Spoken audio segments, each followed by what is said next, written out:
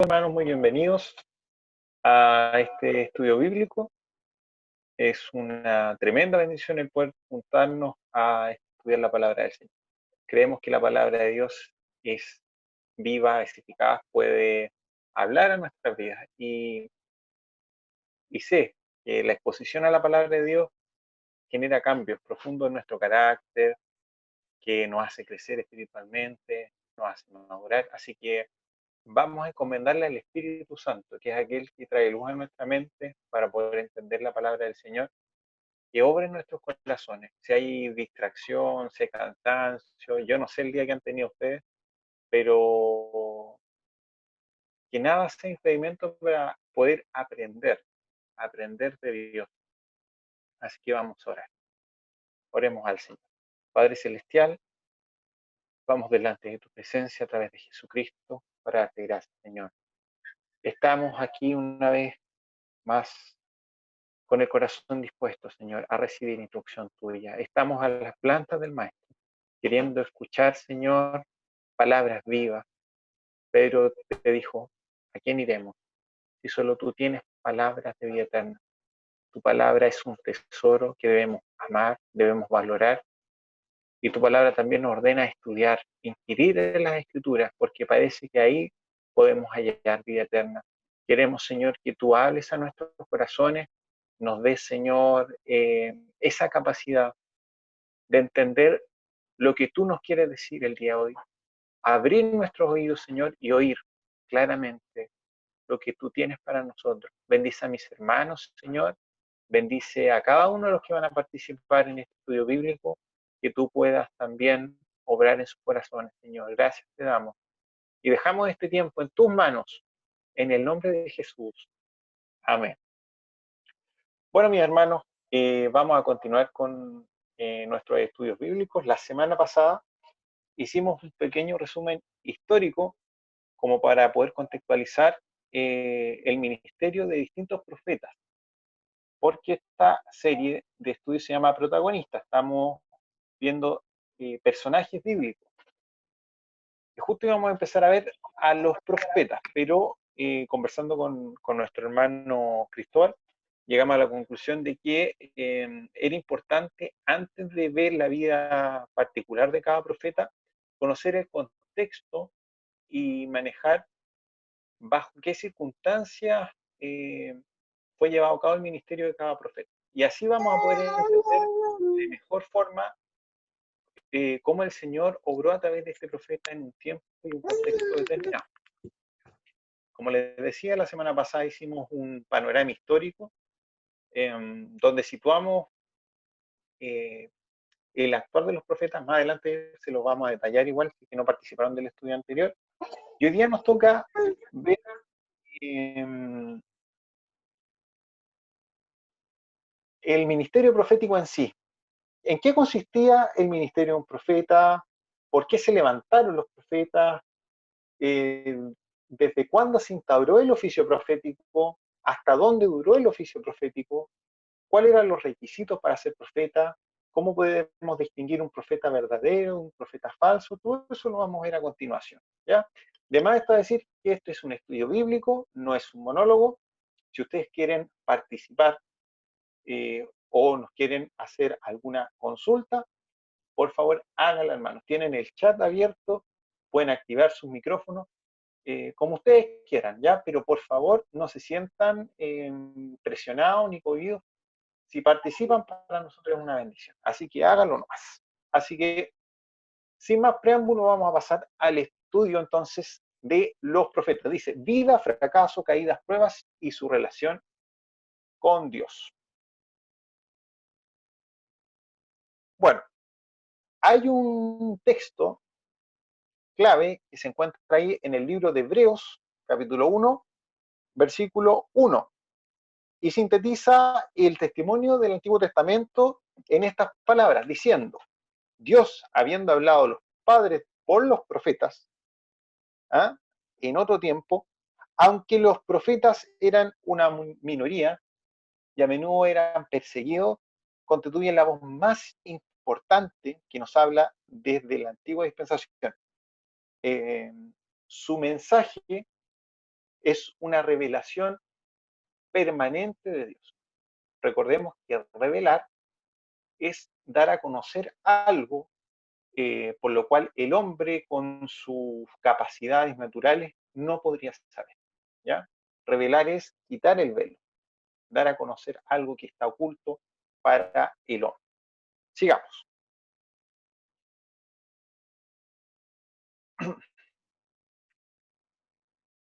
Bueno, ¿quiénes eran los profetas? La palabra de Dios nos da luces de quiénes eran los profetas. Se emplea en el Antiguo Testamento y el término, la forma en que se iban llamando, nos dan luz sobre su oficio.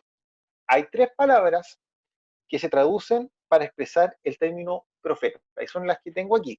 Son palabras en hebreo: Naví, Roé y José. El término Naví se deriva de una raíz que significa llamar, anunciar. Entonces, se refiere al profeta como aquel que es llamado por Dios o que anuncia algo de parte de Dios. En segundo orden, tenemos dos vocablos, Roé y José, que significan vidente y se refieren a aquel que puede ver cosas invisibles a los ojos o conocer lo que es imposible que el hombre conozca por sí mismo. Por eso hablamos de que el mensaje del profeta es una revelación continua. Sigamos.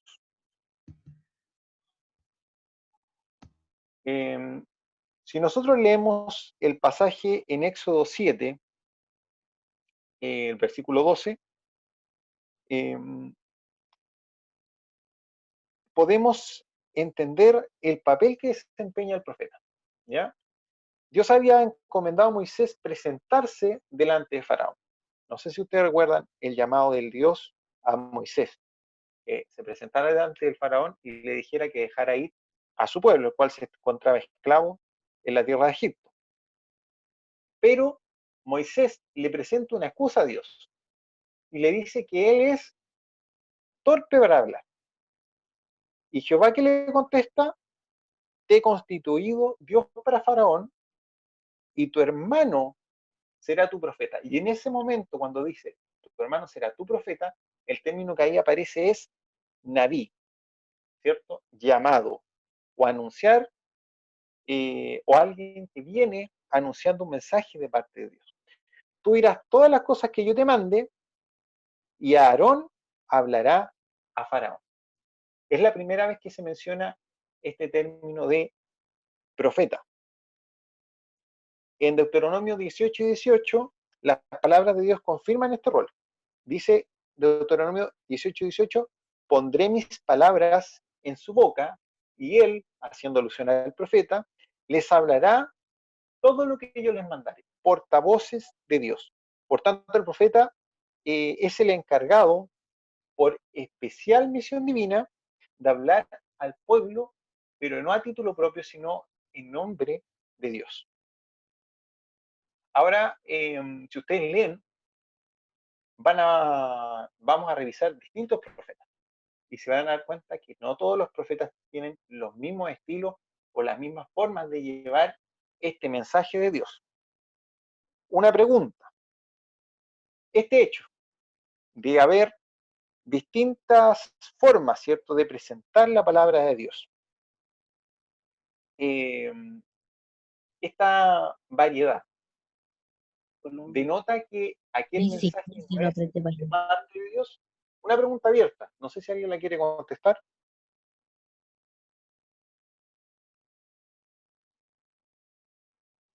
La pregunta es, si ustedes leen las distintas profecías, hay distintas formas de presentar la profecía, hay distintas figuras que utilizan estos profetas, hay profetas que son muy poéticos, hay algunos que son más rudimentarios para escribir, pero esta variedad denota, podríamos decir que hay palabra que no es de parte de Dios.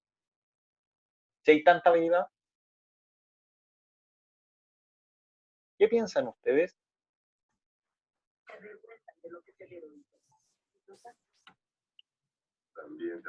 Marquito, Dígame.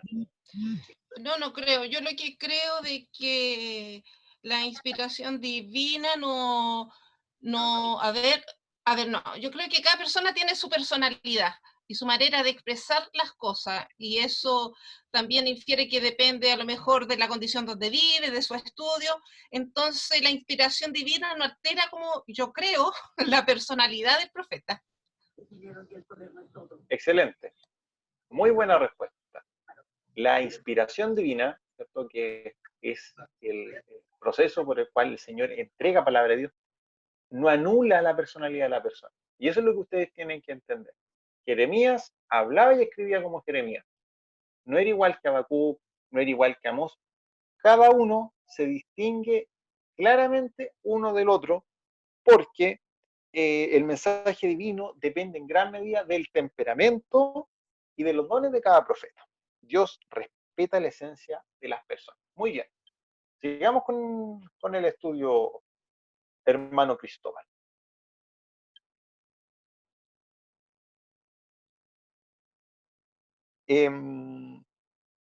Bueno, todos los profetas tenían una convicción, algo que los hacía hablar, incluso delante de reyes, incluso delante de autoridades.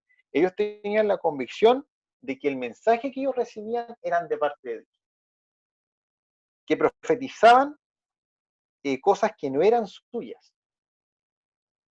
Esta convicción resultaba del hecho de haber venido de un contacto personal con Dios.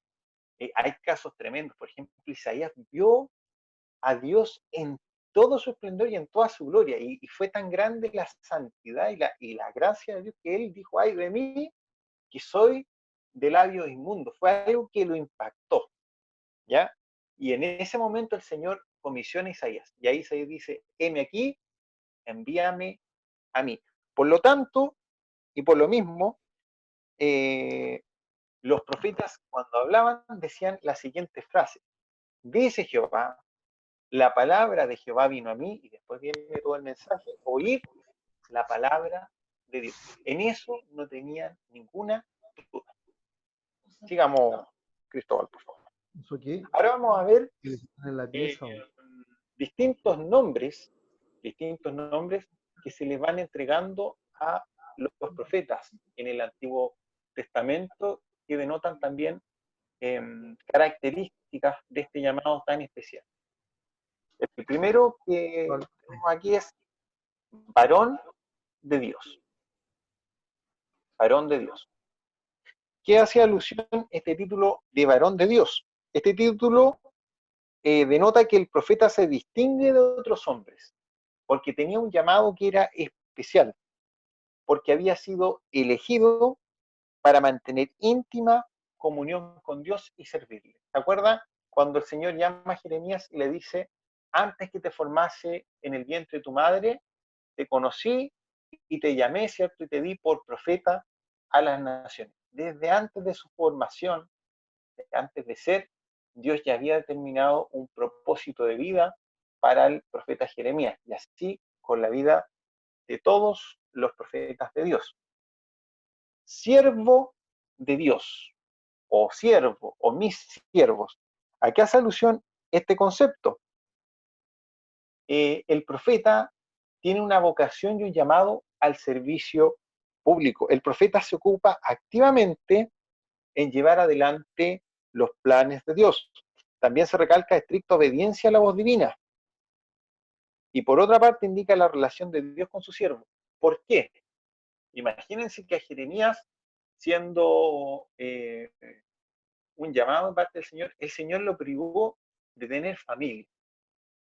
O el mismo profeta Oseas se le obligó, o en realidad no se le obligó, el Señor le dijo que se casara con una mujer que no era muy buena, para que pudiera entender de mejor forma la relación del Señor con su pueblo.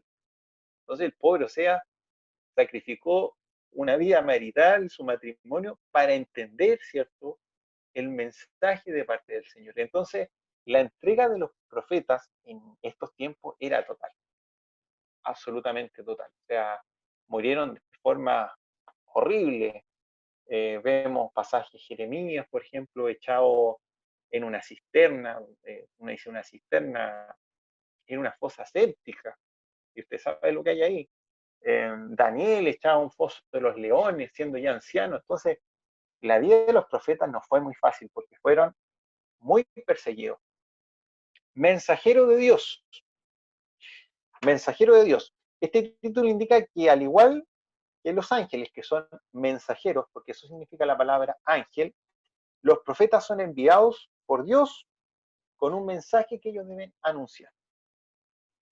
Por lo tanto, el mensaje del profeta tiene autoridad divina, es palabra revelada. Por eso está escrito, el mensaje de los profetas está plasmado en la Biblia. El rechazar el mensaje de un profeta equivaldría a rechazar la misma palabra de Dios, como que si fuera el mismo Dios el que está hablando. ¿Ya? ¿Vamos muy rápido o se está entendiendo lo que estamos viendo? Ya. ¿Sí? Marco, ¿puedo agregar alguna con respecto a los profetas? Es ¿Sí? decir, que en el Antiguo Testamento el Espíritu Santo opera de distintas formas que en el Nuevo. ¿En qué sentido? Que en el Antiguo Testamento el Espíritu Santo no tenía morada permanente. Dios actuaba a través de portavoces de Dios, de obreros de Dios. Dentro de los portavoces de Dios estaban los profetas. Y Dios levantó profetas para que el pueblo de Dios no tuviera la tentación de ir a consultar a los agoreros y a los adivinos. Así que Bien, eso, opera de distintas formas. bien. Es muy buena el alcance de nuestra pastora Estrella recordar que en la antigüedad el Espíritu Santo no obraba de la misma forma que obra hoy. Hoy día nosotros somos templos y morada del Espíritu Santo. Todo aquel que ha aceptado a Jesucristo, el Espíritu Santo hace morada permanente en nuestras vidas. Pero en la antigüedad, el Espíritu Santo operaba de manera especial sobre reyes, sacerdotes y profetas para alguna misión. Entonces, era distinta la relación y la forma en que Dios actuaba usando la vida de los hombres. ¿Ya? Tenemos el concepto intérprete o enseñador. Los profetas también son intérpretes de los designios y propósitos de Jehová. Y además eran aquellos que enseñaban la historia de Israel y de las naciones circunvecinas. ¿Por qué? Porque si ustedes miran la historia de Israel, pueden ver la mano de Dios obrando de manera clara y poderosa. Entonces, para aquellos que querían renegar de Jehová, les decía a los profetas, recuérdense cómo el Señor los sacó con mano poderosa de Egipto. Y ahí ellos decían, sí, en realidad no nos podemos rebelar contra un Dios que nos ha hecho tanto bien. ¿Ya? Y está finalmente el varón de espíritu. Como el Espíritu Santo le reparte el don profético al profeta, ¿cierto? Y le inspira a hablar, se llama varón de espíritu. La profecía es un don divino. Y es importante esto, porque estamos hablando del oficio profético. Es algo que no es un arte que se ha adquirido por el estudio, ¿ya? Después vamos a hacer algunas distinciones, porque en la antigüedad existían escuelas de profetas, pero eso no los constituía, ¿cierto?, en profetas de Dios, propiamente tal. Ya había una diferencia.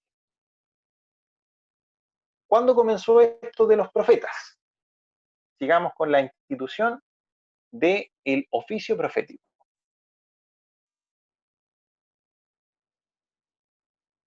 Porque hay que diferenciar, ¿cierto?, el, el don profético del oficio profético. Sigamos, hermano Cristóbal. ¿Por qué? Porque el don profético existe mucho antes de la institución del oficio profético. Perdón. Abraham, en Génesis capítulo 20, versículo 7, a Abraham se le llama profeta. Y además a muchos patriarcas también se les llamó profetas. ¿Cuándo se instituyó el oficio profético? Fue en la época de Moisés. En la época de Moisés fue cuando se instituyó, ¿cierto?, el oficio profético. Sin embargo, aún habían personas que tenían el don, pero no siempre estaba unido con el oficio. Y acá hay un claro ejemplo en David. El rey David, que no era un profeta, pero sí el Señor lo usó dando palabra profética. La institución del profetismo del Antiguo Testamento, el oficio de profeta, dice, no terminó hasta Juan el Bautista. Mateo 11:13, ¿qué dice? Los profetas y la ley profetizaron hasta Juan. ¿Ya? Podemos decir que la última persona que ofició o tuvo el oficio de profeta propiamente tal fue Juan el Bautista. Sigamos, hermano Cristóbal. Marco, una cosita antes de eso. ¿Sí? Eso significa que el oficio de profeta haya terminado con Juan el Bautista, que de ahí para adelante no hay una persona que ejerza el oficio de profeta como tal, o al menos como símil a los del Antiguo Testamento. Y claro. Ese oficio fue cortado.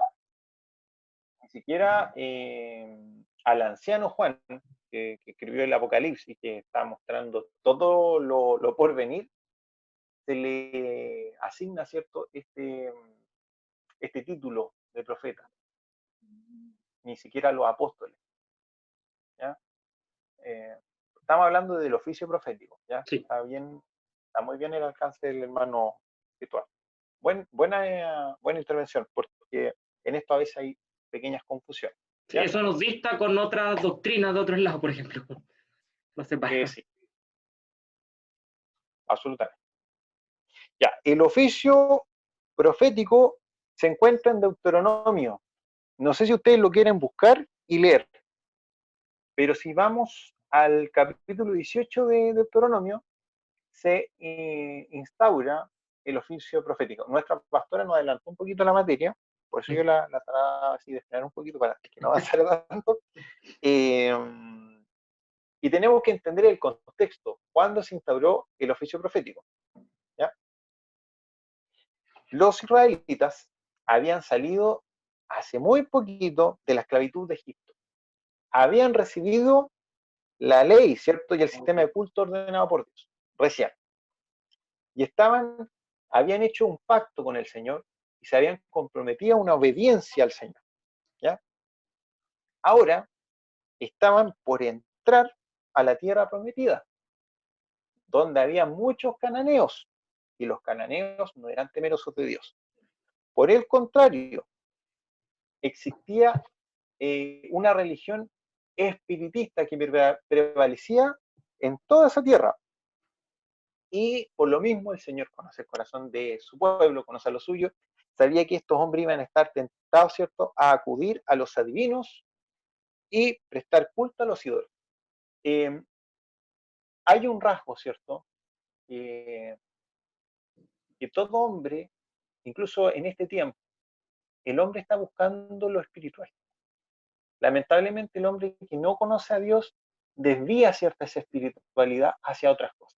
Es cosa de que usted haga un balance y mire los famosos matinales, mire usted las redes sociales. Es común que aparezcan numerólogos, que aparezcan tarotistas, medium hoy día, porque la gente anda en busca de eso. Lo mismo pasaba con el pueblo de Dios cuando llegó acá. El Señor sabía que en algún momento el hombre tenía esa duda de qué iba a pasar con él en el futuro. Entonces, para que no tuvieran esta tentación de consultar a ídolos, ¿cierto? O seguir una religión que los iba a llevar al paganismo y a la destrucción, el Señor se instituyó, ¿cierto?, a profetas para satisfacer el deseo de saber el futuro y las cosas invisibles, y para llamarlos continuamente a ser fieles a Jehová, a recordarle la promesa que le habían hecho al Señor. ¿ya? Y en caso de que ellos se desviaran o apostataran de él, volverlos, ¿cierto?, nuevamente al camino de Dios. Por eso Dios levantó a los profetas. Y la voluntad de Dios.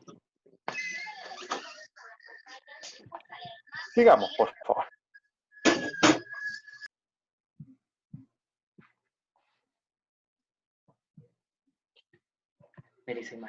Hay un versículo clave, perdón, me adelanté, pero quedémonos ahí. El versículo 9, que les dije, Deuteronomio 18, versículo 9 al 22, hay un versículo clave que dice: cuando entres a la tierra que Jehová tu Dios te da, y entre los profetas habrá uno como Moisés. ¿Ya? Dios quería que se levantaran estos hombres que hablaran de parte de Dios, ¿cierto? Y entregaran verdad al pueblo de Dios. Moisés se levanta como la principal figura profética, y la pauta del oficio profético uno la puede tomar de la vida de Moisés. ¿Por qué? Porque la misma Biblia declara que Moisés es el mayor de todos.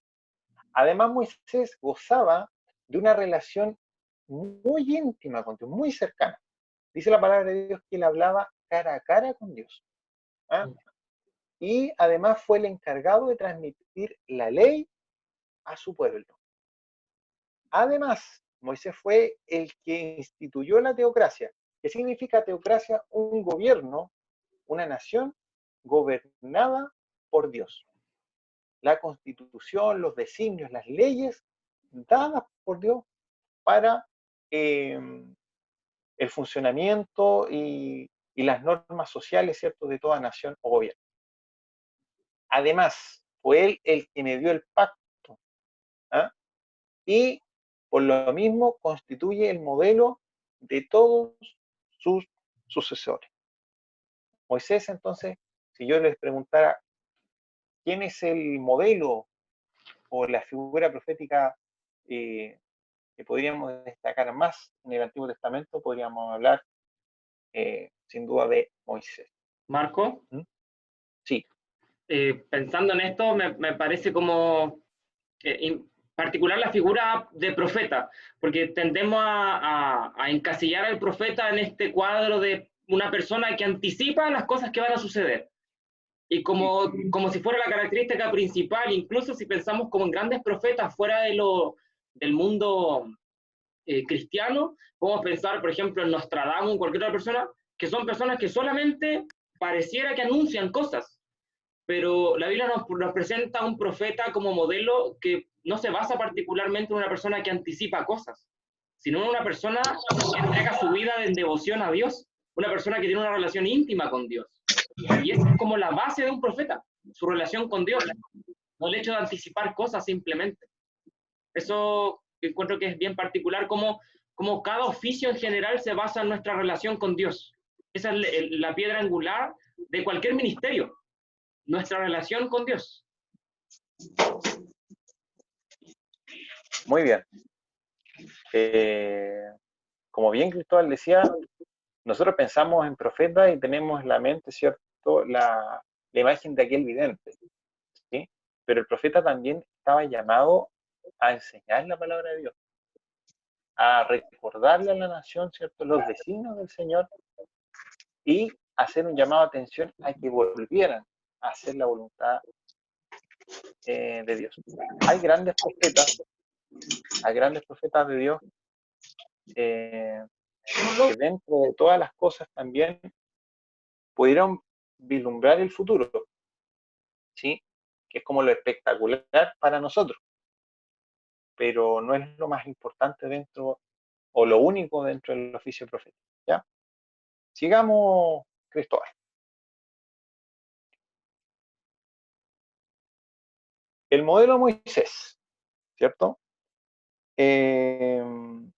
Si tomamos este modelo como para poner una norma de todo profeta, podemos ver distintos rasgos que debe cumplir un profeta de Dios. El primero es que el profeta debe tener una vocación específica y personal de Dios.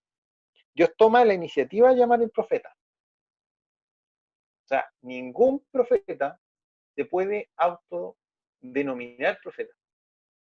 Nadie o ninguno de estos profetas dijo, yo le pedí a Dios que me hiciera profeta y por eso fui profeta. No, fue un llamado de parte de Dios. Todos los profetas en un momento de su vida fueron llamados de modo irresistible por Dios. Si usted ve, por ejemplo, el caso de Amós, pero hay una frase que es maravillosa, que dice lo siguiente: si el león ruge, ¿quién no temerá? Si habla Jehová, el Señor, ¿quién no profetizará? O sea, está diciendo que su llamado como profeta fue algo inevitable, porque Dios fue el que lo comisionó. Jeremías, todos o varios de nosotros sabemos la lucha que tuvo en su corazón. Jeremías quería callar, pero decía, pero es que hubo un fuego dentro de mí, algo más fuerte que yo, que no me permitió renunciar a esta vocación y a este llamado de ser un profeta a las naciones, ser un profeta de Dios. Es algo mucho más grande que el anhelo personal, es algo mucho más grande que los proyectos de vida que uno tenga, ¿cierto? Cuando Dios llama, está su voluntad por sobre todas las cosas. El hombre que predica al pueblo primero tiene que estar con Dios y recibir su consejo. Hay una frase que es maravillosa. Si tú quieres que el Señor te use poderosamente en público, que el Señor te use poderosamente a través de la predicación, ¿cierto? A través del servicio, a través de la enseñanza. Si tú quieres ver resultados públicos en tu ministerio, primero tú tienes que velar en lo secreto, tener una íntima comunión con Dios. La relación personal con Dios, antes que el hacer algo, tiene que haber un ser. Mi corazón llenito, ¿cierto? Y así yo puedo entregar palabras vivas. Segundo punto, la conciencia que tienen los profetas de que Dios actúa a lo largo de la historia. Cuando Moisés estuvo frente al faraón, ¿cierto? Predijo las plagas, pero no las predijo como algo, como un acontecimiento natural, sino como una intervención divina, como un castigo, un azote que venía de parte de Dios. La historia llega a ser revelación, ¿cuándo? Cuando existe una interpretación profética que da significado a estos eventos que han sido revelados por Dios. Así ocurre con todos los profetas. Dios rige los destinos de las naciones, las derrotas, victorias, el surgimiento de un imperio, el levantamiento, ¿cierto?, de otra nación, hasta las convulsiones de la naturaleza.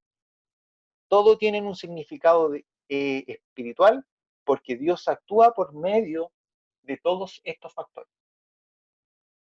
Cuando usted lee la Biblia, palabras de Jesucristo, señales de su venida, habrán peste, guerra, rumores de guerra.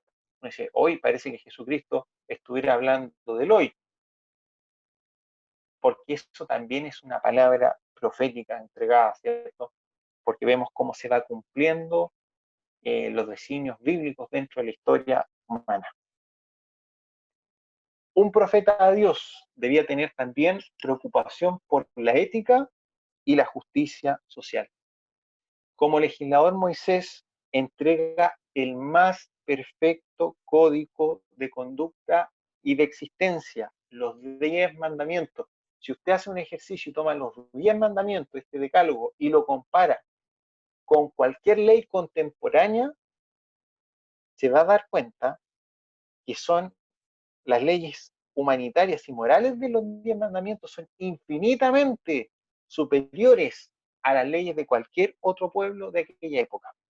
Porque los 10 mandamientos protegen a indefensos, como los esclavos, huérfanos, viudas y extranjeros.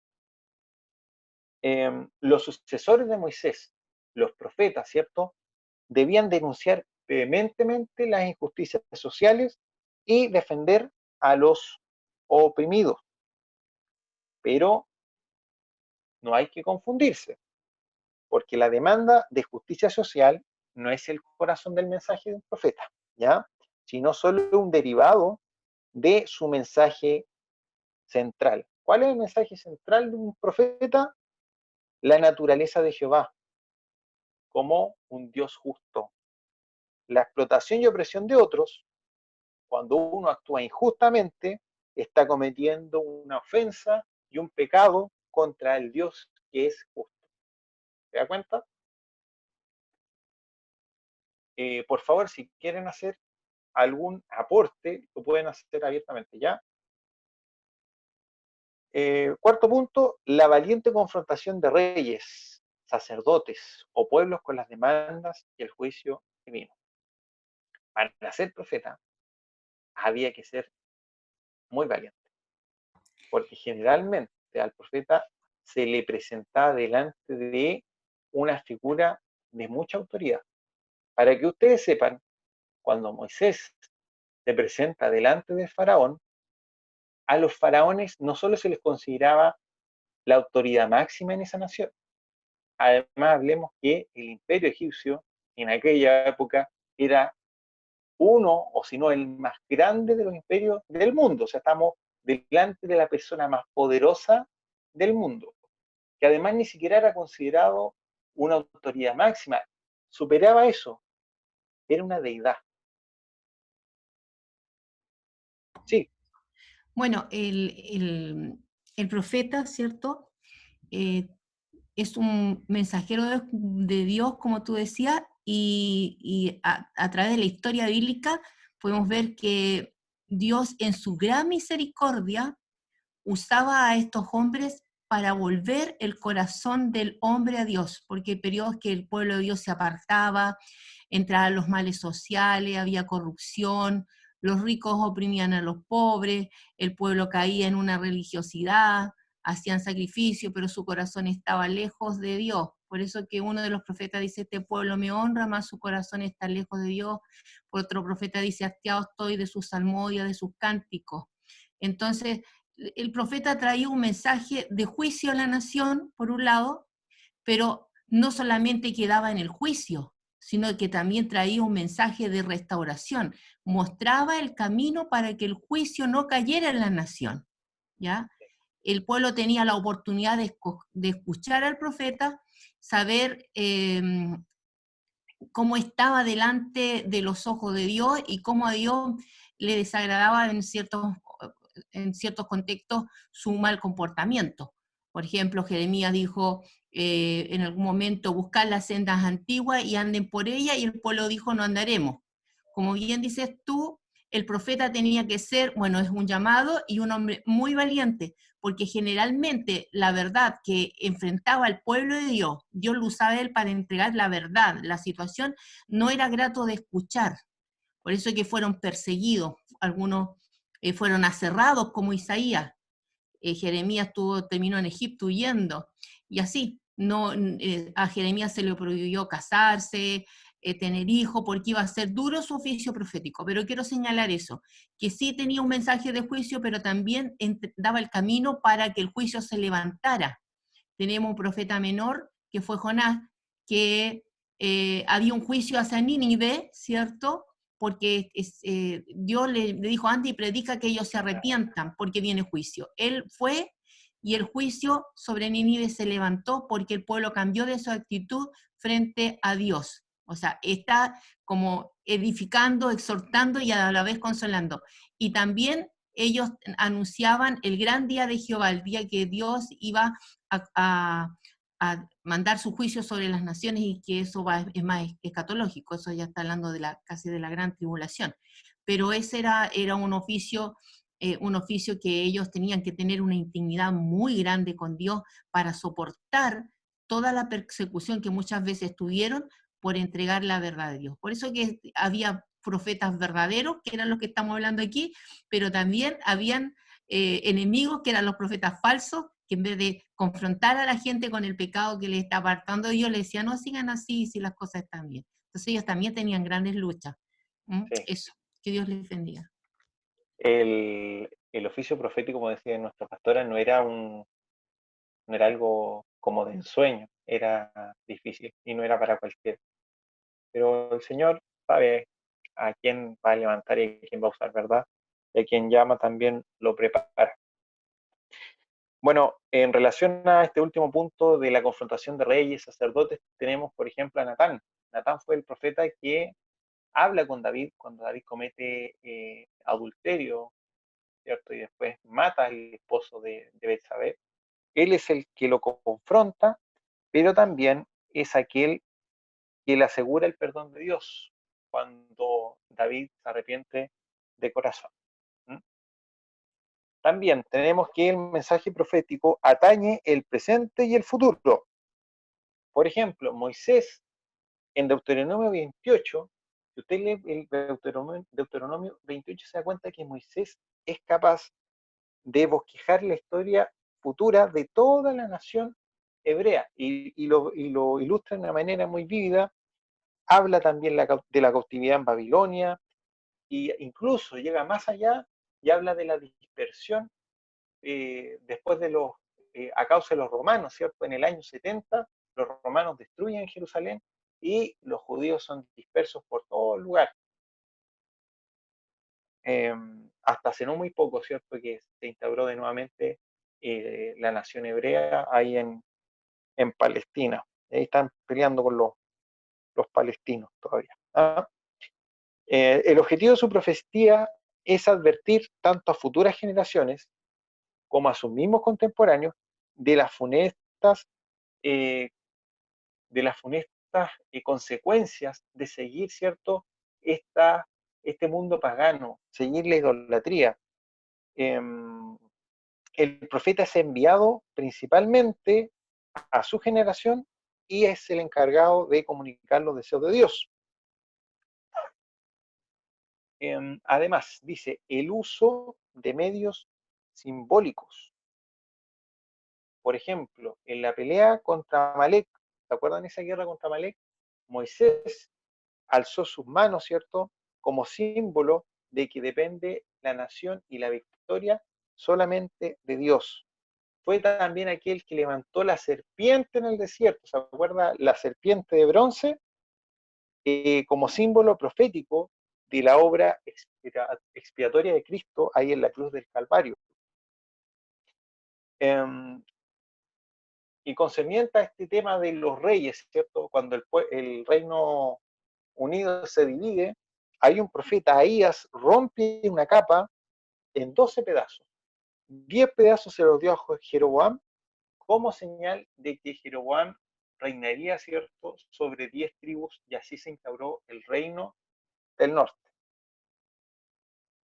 Y además el profeta tenía un ministerio intercesor ante Dios. ¿Se acuerda usted aquella oración cuando Moisés intercede por el pueblo y le dice al Señor, Señor, ráeme del libro? Si quieres, a mí sácame, pero salva a tu pueblo. Eso es un intercesor. Es súper bonito ver cómo Moisés tiene un amor, no solo por Dios, sino que también hacia el pueblo de Dios. Intercede por ellos. Dios le dice, hagamos un nuevo pueblo. Ya no se va a llamar Israel. Pongámosle el pueblo de Moisés. Pero Moisés sigue intercediendo y le pide al Señor, le recuerda sus promesas. ¿Qué van a decir las naciones si tú te olvidas del pueblo que tú salvaste? Entonces, el profeta también se torna un tremendo intercesor.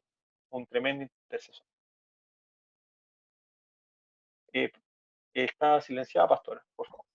Que a Abraham también se le denomina profeta porque él recibe revelaciones de Dios, ¿ya? Y él también notamos ahí cuando él intercede por Sodoma y Gomorra, que no era un pueblo así muy grato de analizar, donde había sodomía, donde había tanta inmoralidad, donde estaba su sobrino Lot. Entonces, si hubieran 50, o sea, él se derrama delante de Dios para interceder por esa ciudad, si hubiera un justo, para que Dios tuviera misericordia de él. Eso es interesante, lo que tú comentabas de Moisés, la intercesión que él hace, tremenda, porque está el amor de Dios en ellos, porque uno de los atributos de Dios, que Dios también es amor, claro, pero también es un Dios que disciplina y corrige cuando las personas o los pueblos o naciones, en estos casos que se están analizando, se apartaban de Dios, pero era el amor de Dios que los inspiraba a hablar para que ellos se arrepintieran y dejaran aquello que estaba ofendiendo a Dios. Y la intercesión poderosa. ¿Cuánto necesitamos esos intercesores en este tiempo, que podamos interceder por la nación, por personas que no conocen de Cristo, y derramarnos delante de su presencia de igual forma? Bueno, un gran intercesor también lo tenemos en Jonás, ¿no? Jonás es todo lo contrario, porque él no quería ir a Nínive, porque la gente de aquella nación era terrible, ¿cierto? Y cuando el Señor perdona a la gente de Nínive, en vez de alegrarse, Jonás está enojado, está molesto, porque el Señor fue misericordioso con aquellos que eran malos, pero se arrepintieron. Por eso Jonás no quería ir a Nínive, porque sabía que si predicaba palabra de Dios y ellos obedecían, el Señor, que es grande misericordia, le iba a perdonar. Y así fue. Bueno, sigamos, hermano Cristóbal. Vamos a hablar un poco del ambiente histórico religioso, porque es importante, porque el ambiente histórico y religioso conforma también el mensaje profético. Existe una íntima conexión con la vida religiosa, moral y hasta política de la época en el mensaje profético. El centro de todo era la adoración del único Dios, ¿ya? Jehová, y la observancia de su ley. Entonces, el profeta era el encargado de llamar la atención de líderes, monarcas, por ejemplo, para que el pueblo viviera bajo la dirección de Jehová. ¿Mm? Los israelitas siempre estaban tentados a aceptar la idolatría pagana. Y generalmente con la idolatría venía de la mano de la inmoralidad. Y de hecho muchos cultos o ritos paganos se cometían actos de inmoralidad. Incluso habían sacrificios de niños, de bebés. Era algo horrible. Razones de la reprensión de los profetas son la infidelidad del pueblo a Jehová, la injusticia de los jueces, la opresión de parte de los poderosos y la violación de la ley divina por parte de toda la nación. Además, en el área política, y aquí también los profetas tuvieron bastante opinión, muchos gobernantes, por su falta de fe en Dios, ¿qué hacían? Acudían a alianzas con naciones que eran paganas. Y producto de esto, muchos pusieron en peligro la pureza de la religión del Señor. El Señor no estaba agradado de las alianzas. ¿Mm? Y por lo mismo los profetas hablaban duramente cuando un monarca israelita de la nación del norte o de Judá buscaba estas alianzas con estas naciones extranjeras. Porque la confianza del Hijo de Dios, la confianza de la nación de Israel, tiene que estar en Dios. Absolutamente. El evento, sin duda, que más preocupó la actividad de los profetas fue la división del reino hebreo, lo que vimos hace poco, luego del reinado de Salomón, y la consecuente apostasía de las 10 tribus. ¿Se acuerdan que dijimos que de las 10 tribus, o sea, del reino del norte, no hubo ni siquiera un rey que haya sido piadoso o que haya vivido bajo, ¿cierto?, las normas y las leyes dictadas por Dios? En el reino del sur, en cambio, se destacan 8 reyes, de los cuales 2 fueron muy buenos. También cometieron errores, pero en el norte, desde Jeroboam, y si ustedes van leyendo el relato bíblico, dice que el rey que seguía lo hizo peor que el anterior. O sea, si uno era idólatra, hubo uno que fue aún peor.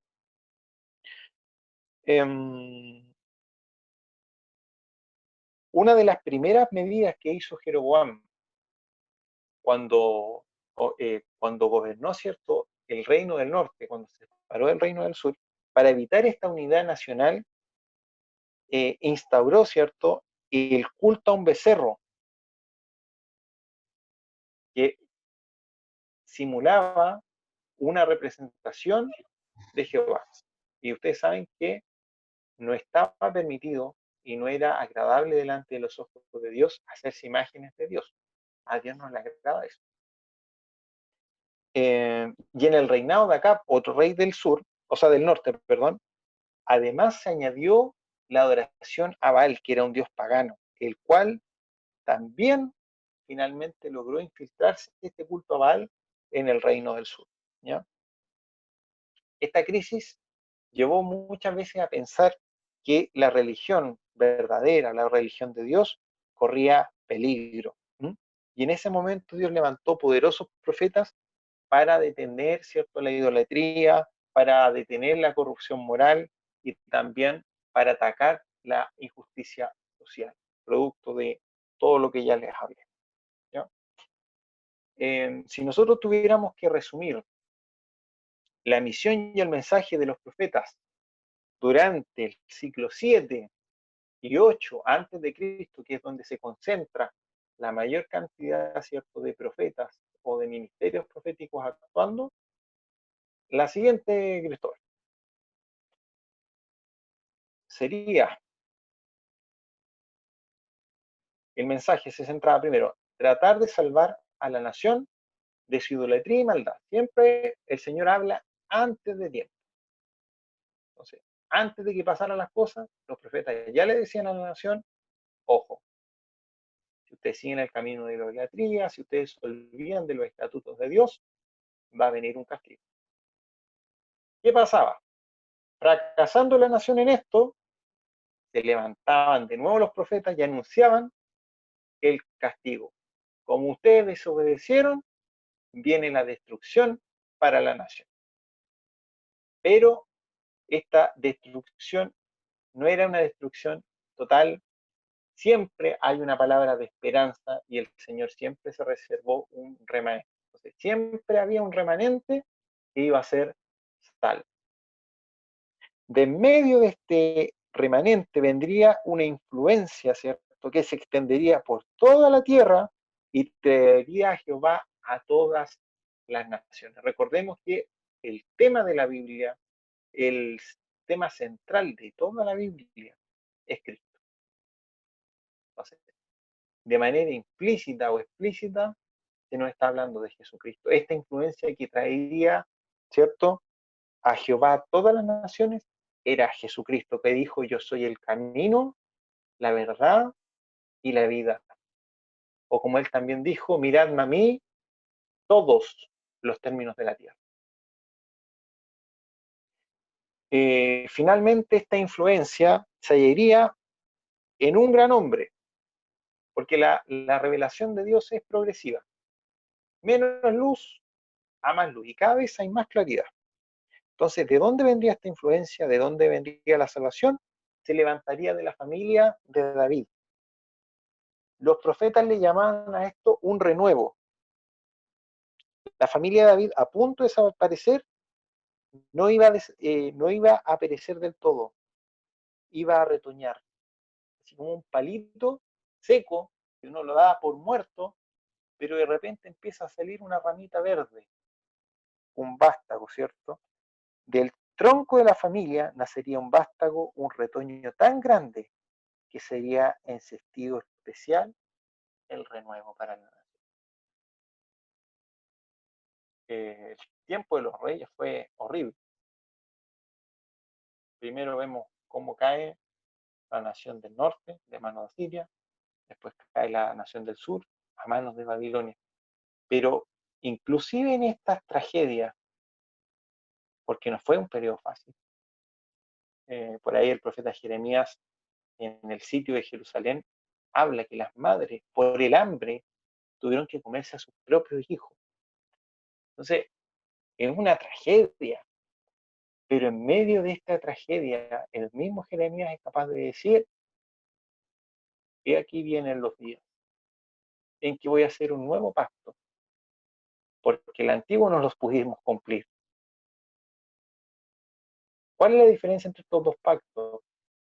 El antiguo pacto estaba escrito en tablas, pero este nuevo pacto yo lo voy a escribir en su mente y en su corazón. Ellos me van a hacer por pueblo y yo les voy a hacer por Dios.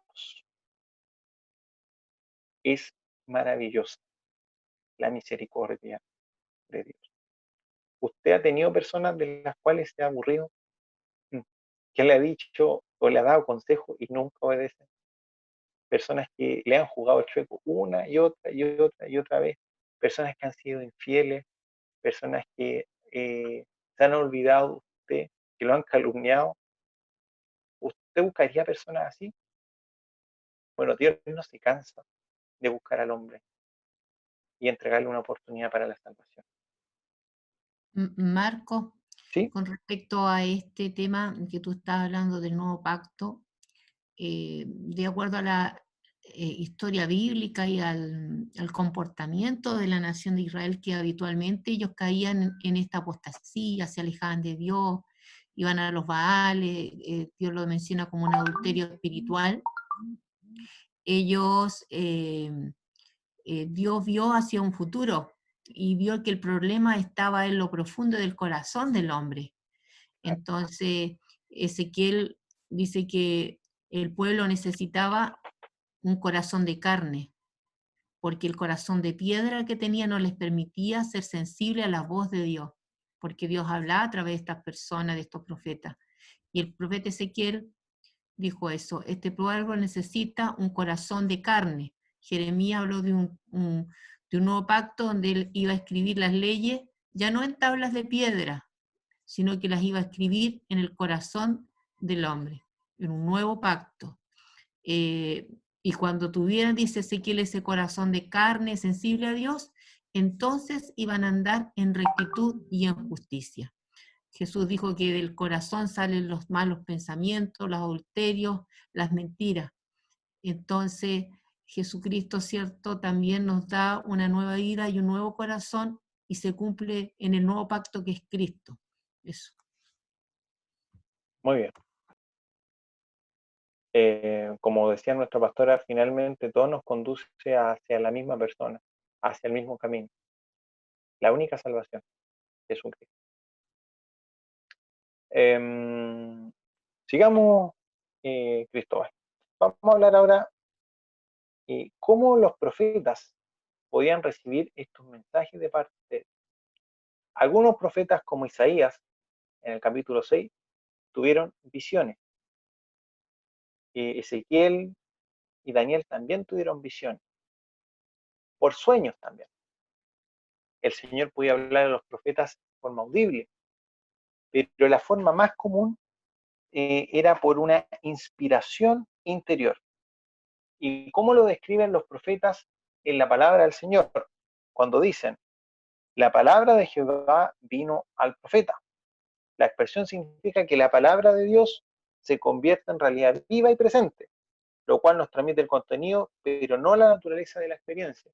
No sabemos a ciencia cierta cómo fue que recibió ese mensaje, pero se habla de que fue por una inspiración del Espíritu Santo interior en la vida del profeta y de esa forma él pudo entregar este mensaje. Ahora quiero hacer un alcance. Si ustedes ven, durante la historia bíblica se habla de escuelas de profetas, tales como Samuel, Elías y Eliseo, tenían, ¿cierto? Y eran cabezas de esta escuela de profetas. Pero es improbable que estos profetas entregaran verdades o profecías. Lo que sí se nos habla de lo que ellos hacían, por ejemplo, es que alababan a Dios por inspiración del Espíritu. ¿Se acuerdan cuando Saúl se encuentra con estos alumnos, ¿cierto? O con esta agrupación, y él también es parte de esta alabanza en éxtasis, alabando al Señor. Bueno, esa era una escuela de profetas. Los vaticinios de los profetas Amós, Oseas, Isaías y Miqueas son a menudo hermosas poesías. Si usted los ve, Isaías es pura poesía. tienen un elevado estilo y están de una manera pero pulcra, pero muy bien compuesto la profecía de estos hombres. Entonces, la inspiración del Espíritu no consistía en hablar en éxtasis, sino de la manera más sabia, inteligible y elocuente de lo que hubieran podido haber hecho estos profetas sin la experiencia o sin la inspiración del Espíritu Santo. Isaías es una obra prolija. La persona que ha leído Isaías, y me refiero al texto original, pueden quedar sorprendidos con la gracia, con la elocuencia que el profeta entrega su mensaje.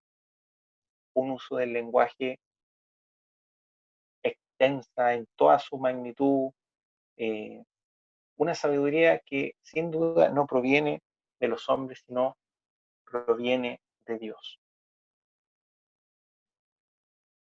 Sigamos, mi hermano Cristo. ¿Cómo podemos entonces distinguir un falso profeta de un verdadero profeta? Bueno, en el libro de Deuteronomio se nos da, por ejemplo, uno de los requisitos. Porque, como decía nuestra pastora, también en el tiempo de los profetas habían falsos profetas.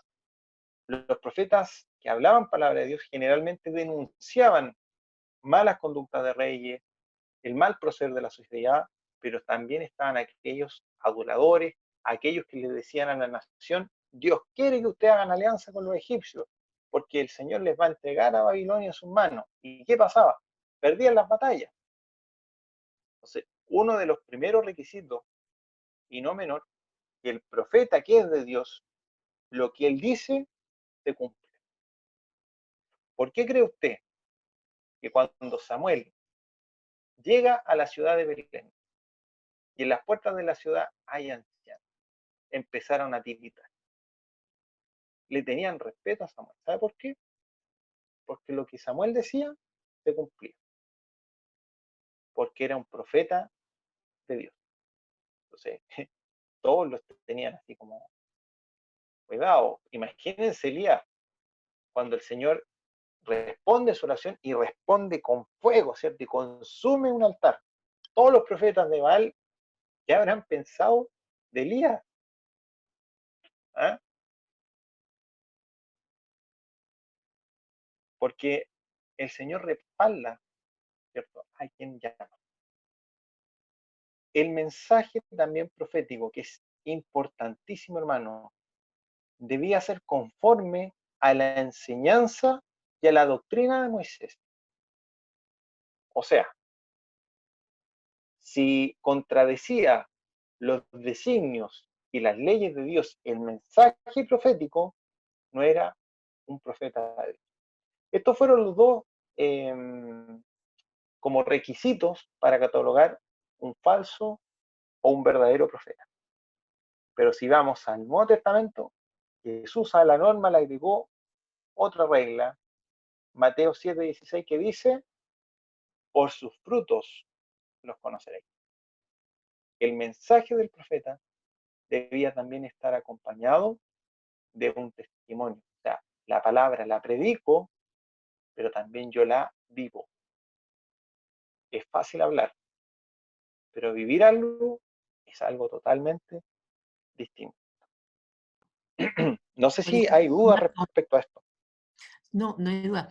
Es fundamental para este oficio tener conocimiento de Dios, porque el conocimiento de Dios, ¿cierto?, también lleva de la mano un proceder santo, porque si ellos hablaban de un Dios santo, de un Dios que les llamaba a guardar los mandamientos de Dios, porque el mensaje profético está también relacionado con el pacto de Dios con su pueblo. Había un pacto, si ellos le obedecían, ¿cierto?, iban a tener todas las bendiciones. Entonces, obviamente, la persona que entregaba el mensaje tenía que ser una persona recta, una persona que viviera el mensaje, que él hablara de santidad, pero él viviera la santidad. Por eso es que Y también hay ilustraciones que ellos hacían, porque imagínate que Osea, ¿cierto? Que Dios le permite que se case con una mujer no buena, como dices tú, una prostituta sagrada, Gomer, y era un hombre íntegro, porque a pesar de la mala actitud de su esposa con él, que hasta le fue infiel, él la amaba, ardía de amor por él. Entonces, su vida era una ilustración en un tiempo que el pueblo también estaba en apostasía, era infiel, era un pueblo adúltero que iba atrás de otros dioses. Entonces, ¿qué enseñaba ese profeta menor? Que así como Gomer amaba a una mujer infiel, así Dios amaba a ese pueblo infiel, y por eso que levantaba el mensaje profético, porque a través del profeta los llamaba para que volvieran a él. Entonces, Eh, obviamente el profeta tenía que vivir lo que hablaba, para que Pastora, tuviera la autoridad de Dios. ¿Sí? pastora, quiero hacerle una pregunta. Respecto a vivir la palabra de Dios. Hubo un Sí, profeta que se le dijo, te voy a quitar a la niña de tus ojos. sí, sí, exacto. Ese profeta fue Ezequiel. A Ezequiel, si no era fácil, imagínate, la niña de sus ojos era su esposa. ¿Por qué tenía que Imagínense, mostrar? Porque le dijo, no vas a hacer duelo por tu mujer. No se le permitió llorar por su mujer, no se le permitió hacer duelo a Ezequiel por su mujer, que era la delicia de sus ojos, la para que, delicia de sus ojos. claro, para que entendiera el pueblo en ese momento que era Judá, que iba a ir, que iba a estar deportado, ¿cierto? Que se lo iban a llevar a Babilonia, que ellos iba a ser tan rápido esto cuando vinieran los babilonios y se los llevaran cautivos, que ellos no iban a poder ni siquiera hacer duelo. Mm. Esa era la enseñanza de esa actividad. Porque Es tenía que ser un como, hombre de Dios. es como cuando dice el apóstol, ¿tú quieres ser pastor? Buena cosa pides, ¿ah? Pero una cosa es quererlo y otra cosa es vivir el ministerio. Ser profeta era difícil. Imagínense lo que le pasó a Ezequiel, perder a su esposa Sí. para vivir ese mensaje y no permitir hacer duelo por ella, la delicia de su esposa. Entonces, no era una cosa gratis y de verdad es maravilloso. Yo creo que cuando estudiemos ya en detalle la vida de los profetas nos vamos a dar cuenta la renuncia de este hombre y la entrega y la convicción de que el mensaje era de parte de Dios. Ser capaz de dar todo por entregar un mensaje es porque tu fe en Dios es tremenda, es porque tú no dudas que Dios te está usando y que Dios también quiere entregar una palabra a una nación. Es maravilloso, es muy bonito pensar en eso. Sigamos, Cristóbal, estamos ya casi terminando este estudio acerca de los profetas. Pregunta, entonces uno dice, porque hablamos del oficio profético, pero ¿cómo podríamos hacer nosotros un símil? ¿Ah? ¿Y cómo podríamos decir, cómo sería un profeta en la actualidad? Alguien que dice que habla de parte de Dios, alguien que dice que trae mensaje de parte de Dios, considerando que la palabra revelada acaba en el Apocalipsis, ¿ya? Pero alguien que dice que trae mensajes de parte de Dios, conforme a lo que dice la Escritura. Un hombre, podríamos decir que es un hombre llamado por Dios, cuyo mensaje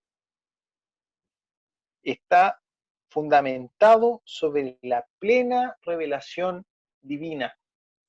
La base de su mensaje, es decir, va a ser sobre toda la Biblia, y en especial la verdad del nuevo pacto, de la obra expiatoria de Cristo y las cosas futuras como la segunda venida, el día del juicio, el infierno y el cielo. Ese es un verdadero mensajero de Dios. Un verdadero hombre que habla palabra de Dios es un hombre saturado de la palabra de Dios y es capaz de predicar toda su verdad. O como lo dice Hechos, capítulo 20, versículo 27, es capaz de hablar de todo el consejo divino.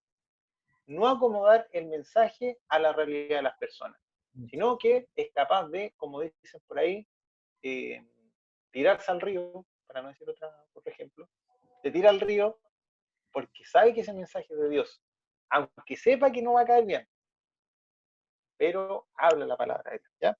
Un hombre también sería un hombre que se dirija al pueblo de Dios, haciendo llamados al arrepentimiento y a prepararse para el encuentro con su Redentor. Si usted mira, lamentablemente esa no es la realidad de la iglesia actual. Los púlpitos están cargados mucho de el mensaje centrado en el hombre. Tratamos de decir palabras que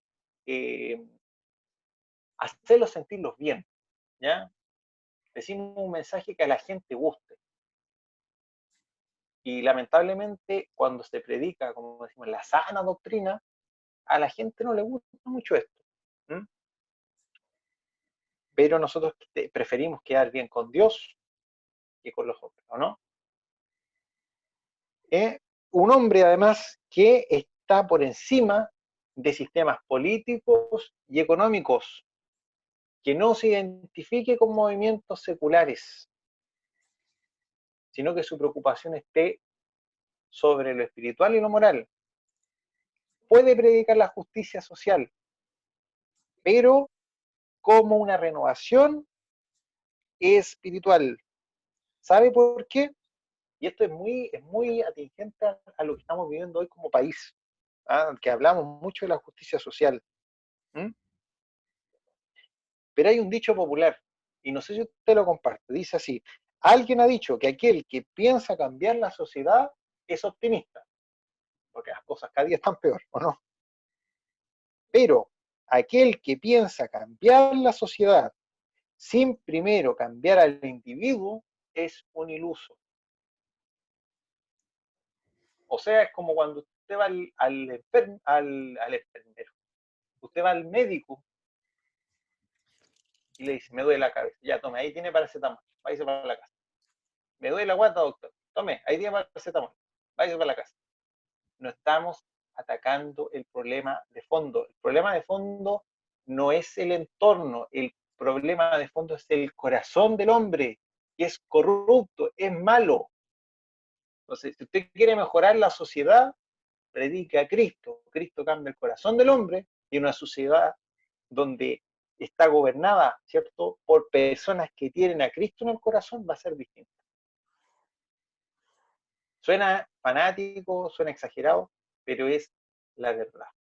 El remedio para la maldad y el corazón del hombre no son mejores leyes, no son mejores oportunidades, por supuesto que son importantes, pero ahí no radica el problema de base. El problema de base está en el corazón.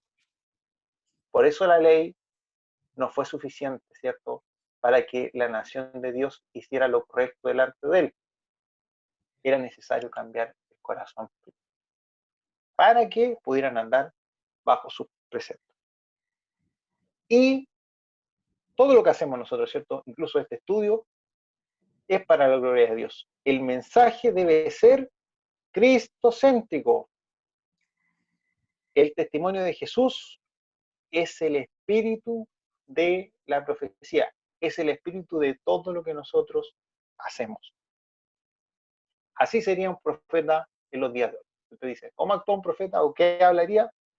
Serían esto, esta sería la forma en la que un hombre podría decir, estoy hablando de parte de él. Seguimos, Cristóbal. Ya estamos casi concluyendo. No sé si alguien tiene dudas, hermano. Por favor, no tengan miedo. Me pasé todas las partes, Cristóbal, ya. Lo siento. Digamos. Ya. ¿Se acuerdan que yo les mostré una línea de tiempo el estudio pasado? Que era de toda la época antigua, ¿cierto?, hasta el año 0. Un hermano por ahí me hizo un alcance, que estaba un poco confundido por las fechas, ¿ya? Pero recordemos que desde el año 0 hacia atrás, ¿ah?, entre más grande el número, más antiguo es el periodo, ¿ya? El 900 después de Cristo es más antiguo que el 500 antes de Cristo. Si nosotros corremos desde el año 0 hacia adelante, es todo lo contrario. el año 10 es más antiguo que el año 2000. ¿Ya? Entonces, para que ustedes lo tengan claro, ¿ya? A mí me parece que también tuve en algún momento esa confusión, pero esto también nos soluciona un poquito esta cazuela de ideas, ¿ya? Entonces, tenemos esta línea de tiempo, tenemos la división, profetas menores están en amarillo, los profetas mayores están en azul. Hay dos eventos históricos que se destacan. En el 722, la caída del reino del norte, Israel, de manos del imperio asirio. Y en el 586, la caída de Judá por Babilonia. Si ustedes se dan cuenta, acercándonos a estos periodos históricos, es donde más profetas actúan. Acercándonos al 722 tenemos a Abdías, Joel, Jonás, Amós, Oseas, Miqueas, y ahí recién vemos un profeta mayor, Isaías. Isaías incluso es capaz de profetizar la caída, ¿cierto?, de Babilonia por parte de los persas y el decreto de Ciro. Se adelantó, pero como 2 siglos. Por eso algunos piensan que Isaías no se escribió en su totalidad por él, pero Isaías era un profeta, podía ver más allá, ¿ya? Y imagínense, con la caída de Jerusalén, tenemos una gran actividad profética, tenemos contemporáneos que profetizaron por mucho tiempo. Jeremías es una figura prominente en este periodo. Tenemos también personas que estuvieron durante el exilio en Babilonia, como Ezequiel y Daniel, que el Señor levantó en el exilio en este periodo de 70 años cuando estaban fuera, y cuando el Señor también, a través de Jeremías, le entrega esta palabra de que iban a ser solo 70 años, ¿no? Y que Dios iba a volver a traer, ¿cierto?, a los judíos a su país o a su tierra. Y el último profeta, Malaquías. Malaquías. Si usted tiene pena un día, léase Malaquías 3 y le va a dar más pena. No, pero es duro ese pasaje. Es duro. No, era como ¿Qué dice para Malaquías? distraer un poquito. ¿Ah? Que los soberbios van a ver como la estopa. Y aquí viene el día ardiente como el horno. Ya, perdón. Pero eso, hermano, yo no sé si usted tiene dudas, consulta, por favor. Si quieren preguntarnos algo, dale, hermano Cristóbal, ahí está la pastora, estoy yo.